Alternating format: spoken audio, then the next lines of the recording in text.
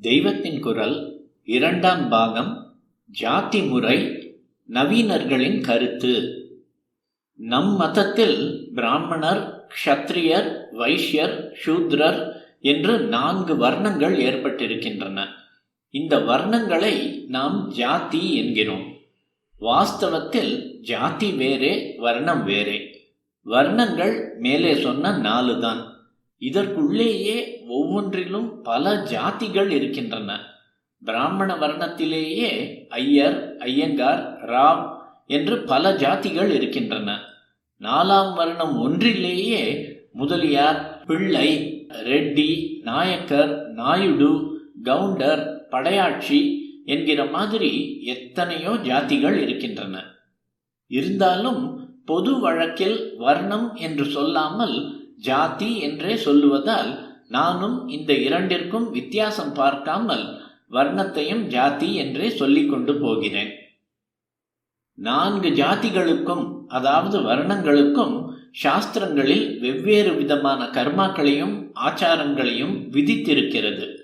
இதனால் ஒரே மதஸ்தரிடையிலேயே ஏகப்பட்ட வித்தியாசங்கள் உள்ளன. ஒருவர் சமைத்ததை இன்னொருத்தர் சாப்பிடக்கூடாது, ஒருத்தரோடு ஒருத்தர் கல்யாணம் பண்ணி கொள்ளக்கூடாது, ஒருவர் செய்யும் காரியத்தை மற்றொருவர் செய்யக்கூடாது என்று இப்படி எவ்வளவோ வித்தியாசங்கள் இருக்கின்றன. 4 வர்ணம் என்று பெயர் அளவில்தான் இருக்கின்றன. ஒவ்வொன்றிலும் ஆயிரக்கணக்கான பிரிவுகள் இருக்கின்றன. இன்னும் பல பிரிவுகள் உண்டாகிக் கொண்டே இருக்கின்றன. இப்படி இந்த ஹிந்து மதமானது ஒரு விசித்திரமான மதமாக இருக்கிறது. லோகம் முழுவதற்கும் பொதுவாக இருந்தது இந்த ஒரே மதம் என்று அவ்வளவு பெருமைப்படும்படியான நம் மதத்தில் இப்படி ஒன்றுக்கொன்று ஒரே வித்தியாசமாக இருப்பதை பார்த்தால் இந்த காலத்தவருக்கு ரொம்ப சிறுமையாக, அவமானமாக இருக்கிறது. மற்ற மதங்களிலும் இதை செய்ய வேண்டும் என்ற விதிகளும் இதை செய்யக்கூடாது என்ற நிஷேதங்களும் உண்டு. ஆனால் அந்த மதங்களில் உள்ள எல்லாருக்கும் ஒரே விதமான விதிகள், ஒரே விதமான விலக்குகளே உண்டு. 10 கமாண்ட்மெண்ட்ஸ், 10 கட்டளைகள் என்றால் அது கிறித்துவ மதத்தில் அத்தனை பேருக்கும் தான் பொது. சிலருக்கு அவை உண்டு, சிலருக்கு இல்லை என்று இல்லை. குரான் விதிகளும் இப்படியே. நமக்குள்ளேயோ ஒரே மதமாக இருந்தாலும் விதிகளும் நிஷேதங்களும் பல வகைகளாக இருக்கின்றன. ஒரு காரியத்தை ஒருவன் செய்தால் தர்மமாகிறது, அதையே வேறொருவன் செய்தால் அதர்மம் என்கிறோம். ஒருத்தன் பூணூல் போட்டுக்கொண்டு வேதம் சொன்னால் தர்மம், இன்னொருத்தன் இதை பண்ணினால் அதர்மம். வேதம் சொல்கிறவன் ஸ்நானம் பண்ணி வயிற்றை காயப்போடாவிட்டால் அதர்மம், மற்றவன் ஸ்நானம் பண்ண வேண்டும் என்று இல்லை, உபவாசம் இருக்க வேண்டும் என்று இல்லை.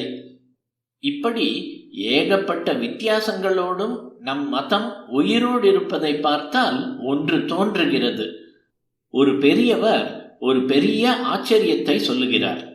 நாமெல்லாம் மரணம் அடைவது ஆச்சரியமில்லை. இந்த உடம்பில் 9 ஓட்டைகள் இருந்த போதிலும் அவற்றின் வழியாக உயிரானது வெளியே போகாமல் நிற்கிறதே, அதுதான் பெரிய ஆச்சரியம் என்று அவர் சொல்லுகிறார். நவத்வாரே ஷரீரே அஸ்மின் ஆயுஹு ஸ்ரவதி சந்ததம் ஜீவதீத்யத்புதம் தத்ர கச்சதீதி கிம் அத்புதம். அதை போலவே பலவிதமான சந்தேகங்களுக்கும் வித்தியாசங்களுக்கும் இடமான இந்த மதமானது எவ்வளவோ யுகங்களாக இன்னும் உயிருடன் இருக்கிறதே என்பதை நினைத்துத்தான் ஆச்சரியப்பட வேண்டியிருக்கிறது. வேதத்தை விட்டால் சிலருக்கு பாபம், வேதம் சொன்னால் சிலருக்கு பாபம் என்பதைப் போல இவ்வளவு வித்தியாசங்களும் பக்ஷபாதங்களும் ஏன் நம் மதத்தில் மட்டும் இருக்கின்றன என்று தோன்றுகிறது. இந்த விஷயங்களை எல்லாம் நாம் சொல்லிக் கொள்வது அவமானமாக இருக்கிறது என்று நாம் நினைக்கிறோம். இவை தொலைந்தால் நல்லதென்று நாம் நினைக்கிறோம். இந்த வித்தியாசங்கள் பல நல்ல அம்சங்களுடைய நமது மதத்துக்கு களங்கமாக இருக்கின்றன என்று பலர் சொல்லுகிறார்கள். இப்படி பல பேருக்கு இந்த விஷயங்கள் மனதில் உறுத்தி கொண்டே இருக்கின்றன. சில பேர் ஏதாவது தெரிந்து சமாதானப்படுத்திக் கொள்கின்றார்கள். சில பேர் சில சமயங்களில் இந்த மாதிரி வித்தியாசங்களை பார்த்து ஆத்திரமடைந்து நாஸ்திகர்களாகி இவற்றை எடுத்துக்காட்டி உறுத்தி உறுத்தி சொல்கின்ற போது அப்படி போகாத நமக்கு மனசு ரொம்பவும் கஷ்டப்படுகிறது. இம்மாதிரி சமயங்களில் உள்ளூர மதாபிமானம் உள்ளவர்கள் இந்த வர்ண தர்மத்தை மட்டும் எடுத்து போட்டுவிட்டு எல்லா ஜாதிகளையும் ஒன்றாக்கிவிட்டு மற்ற மதஸ்தர்களைப் போலவே நாமும் ஆகிவிட்டால் நன்றாக ஆகிவிடும் என்கிறார்கள். வேதமோ ஈஸ்வர ஆராதனமோ எல்லாவற்றையும் எல்லோருக்கும் ஒன்றாக்கிவிடலாம். வெவ்வேறு ஆச்சாரம் அனுஷ்டானம் என்பதே வேண்டாம் என்கிறார்கள்.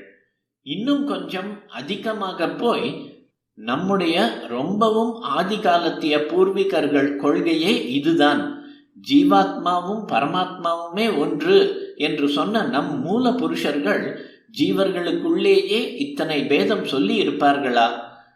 அவர்களும் சரி, கீதையில் கிருஷ்ண பரமாத்மாவும் சரி, ஜீவர்கள் தங்கள் தங்கள் குணத்துக்கு ஏற்றபடி தொழில்களை 4 வர்ணமாக பிரித்து கொண்டு செய்வதைத்தான் சொன்னார்களே தவிர பிறப்புப்படி ஜாதி தொழில் வருவதாக சொல்லவில்லை என்றெல்லாம் சொல்லி நம் மதத்தில் களங்கம் என்று இவர்களுக்கு தோன்றுகின்ற பாரம்பரியமான ஜாதி முறையே மூலத்தில் நம் மதத்தில் இல்லாமல் பிற்பாடு சேர்ந்துவிட்ட தப்பான விஷயம்தான் என்கிறார்கள்.